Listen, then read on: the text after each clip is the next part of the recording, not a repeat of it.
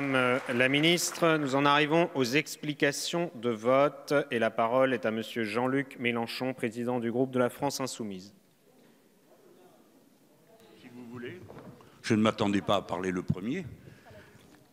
Qu'est-ce que la morale ou l'éthique viendrait faire là-dedans?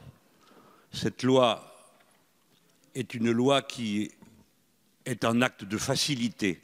Il est le résultat d'un accord électoral improbable conclu en cours de route dans l'émotion du récit des turpitudes d'un candidat qui par ailleurs était député.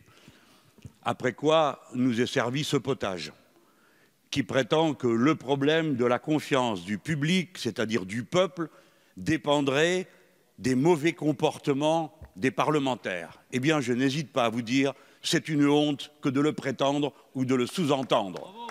C'est une honte qui participe à un populisme anti-parlementaire grossier et vulgaire. Si notre société est malade des rapports de confiance, c'est parce que l'argent pourrit tout en son sein.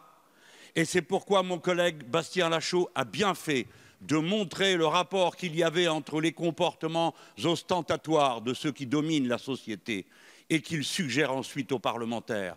Dois-je vous rappeler le rôle qu'ont joué ici 3 costumes de haut prix dans l'initiative de cette loi?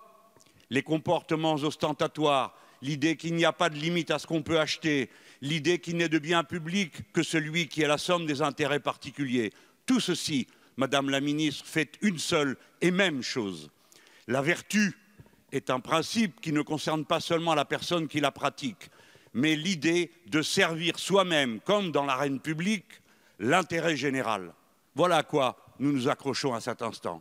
Et que valent et que veulent ceux qui ne veulent pas de la vertu? Qu'on nous le dise à la fin.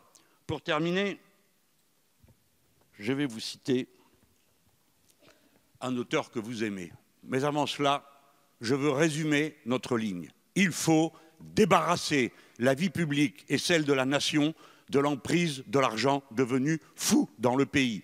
Si vous voulez poursuivre les corrompus, traquez les corrupteurs. Ils ne sont pas si difficiles à trouver car ils sont peu nombreux et ne se cachent même pas de leurs activités.